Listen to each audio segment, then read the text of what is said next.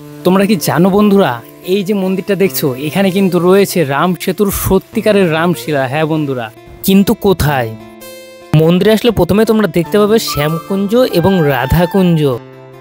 রয়েছে এরকম সুন্দর হাতির মূর্তি এবং রাধাকৃষ্ণের সঙ্গে রয়েছে অষ্টসখী। আর বিশাল এই শিবলিঙ্গর আকৃতির এই মন্দির, যার মধ্যে কিন্তু রয়েছে শিবলিঙ্গ। ওপরের মন্দিরে রয়েছে হনুমানজির বিগ্রহ। আর এখান থেকে কিন্তু পুরো মন্দিরের জায়গাটা দেখতে এরকম লাগে। দেখতে পাবে এরকম সুন্দর সুন্দর ফুল গাছ।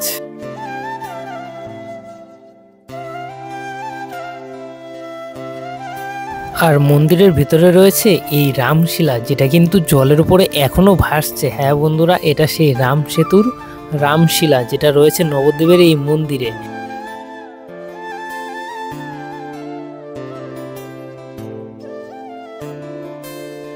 নবদ্বীপে এরকম একটা ইউনিক মন্দির যে আছে সেটা কিন্তু আমারও জানা ছিল না বন্ধুরা। হ্যাঁ, এই জন্য কিন্তু বন্ধুরা তোমাদের প্রথমে নবদ্বীপ স্টেশনের পরের স্টেশন বিষ্ণুপ্রিয়ায় নেমে ওইখান থেকে টোটোওয়ালাকে বলবে যে আমি রাধা সুদর্শন মন্দিরে যাব, যেখানে আছে রামশিলা। আর এই ভিডিওটি দেখাবে, তাহলে কিন্তু তারা তোমাকে নিয়ে আসবে এই মন্দিরের সামনে। হ্যাঁ, অবশ্যই একবার দেখে যাও রাম সেতুর রামশিলা।